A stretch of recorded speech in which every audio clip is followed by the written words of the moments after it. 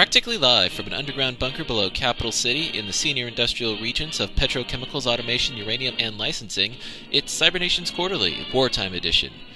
Due to having our headquarters targeted by a cruise missile, bros, we are sending our broadcast down an underground secure line to a neighboring GPA nation where it is sent to the world at war. I'm Sir Paul, and here's the news. The actual reason why I'm in this bunker is still up in the air, but the series of events leading up to the destruction of CNQ property are clear. With the signing of the World Unification Treaty and the League, the world is divided into two clear blocks. The former coalition states, plus new allies such as Gold, Loss, Acid, and ICP, as well as the former coalition of justice states, including new allies being Goons, FAN, V, GGA, CIS, TOP, Nordreich, and MDC. Tensions were high, but war did not come through some trying times, such as the New Reverie incident between Loss and NPO. However, 6 months after the end of the Great War, the pieces were in place for another conflict. After trying and failing many times to get Cybernations linked to by FARC, Norway's war against Nordreich was enough international and ridiculous attention to merit a green light, introducing thousands to the idea of Cybernations. In the original thread, some FARCers indicated that they were going to grow and take out Goons, with Master Blasta indicating he would help finance the new alliance. Goons, citing the precedents of E-bombs, warp storms, storefronts, and other new alliances that were quickly ended when they were threatening the security of established alliances, Goons declared war on FARC, who had not yet established any treaties with any alliances. Blitz, submitter of Farkistan, claimed that FARC would not have gone to war with Goons over an OOC incident, while Goons claimed that Blitz would have taken the alliance with much potential over to the League and eventually attacked Goons, making this a preemptive defensive act. After the war began, Lu issued a statement that they felt the attacks were unjust and would do all to see that Farkistan would be allowed to exist. Ivan Moldavi, the fresh commandant of the New Pacific Order, issued a military dispatch stating that any attack on Goons would be viewed as a direct attack upon the New Pacific Order. On the day before the Lu deadline, millions of dongs were transferred into the B-Tard banking system. In all, more than 30 million. The next day, Lu nations invaded Goon nations, engaging with Farkistan nations, declaring war not upon Goons, but on individual Goon nations. Goons saw this as an attack upon the alliance as a whole and retaliated, and initiative nations had attacked Lu nations that had attacked Goon nations.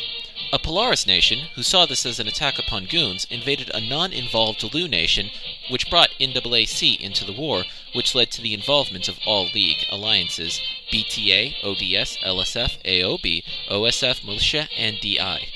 Joining the initiative side was ENA, Illuminati, UGO, and ICON. However, those joining the initiative were restricted by the Legion, who insisted during private talks that any alliance that attacked the League without a treated reason would be viewed as an attack on NAAC and Gato, which would be viewed as an attack upon the Legion, which would draw them and ODN into the war. As such, those joining the initiative were restricted to only those League nations that had attacked them, as well as non-League alliances fighting the initiative.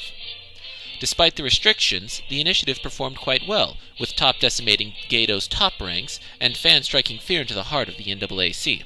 However, the initiative did have difficulties, with CIS getting hit quite hard during the war, and the Viridian Entente lost significant strength.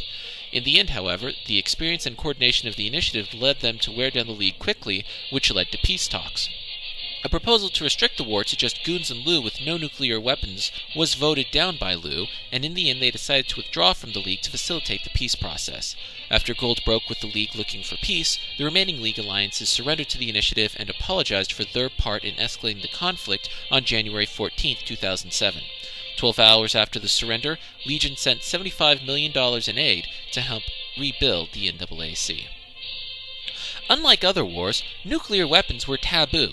The first nuke was dropped by a Goon nation who was expelled from the alliance. Indeed, every nation that dropped a nuke was expelled and condemned by all parties, citing the "for the love of God, won't you please think of the children" treaty. Although there were considerably more League rogues than initiative rogues, all parties did their best to prevent nuclear first strikes. A loose source indicated that a flaw in their war strategy was that they expected the war to go nuclear, and they were not as prepared as they should have been for a conventional war. NAAC also seems to have realized that nuclear warfare is a thing of the past, and decommissioned 300 nukes after the peace was signed.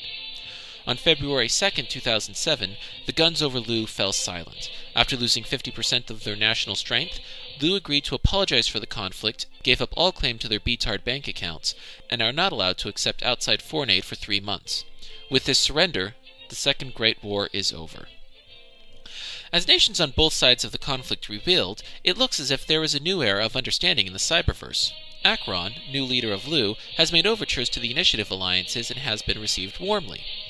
Genmei, a new alliance formed with even more damning anti-Lu statements than Farkistan, was able to work out a protectorate treaty and move to black with goons when Fan threatened to go to war over the Yellow Senate.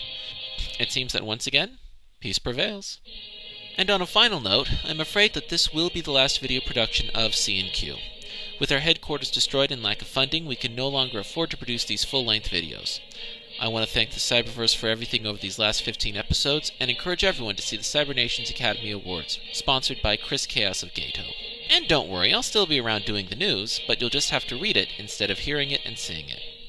That said, that's all the news we have for you today. Thank you for watching Cybernations Quarterly, bringing you the news once a week, every day.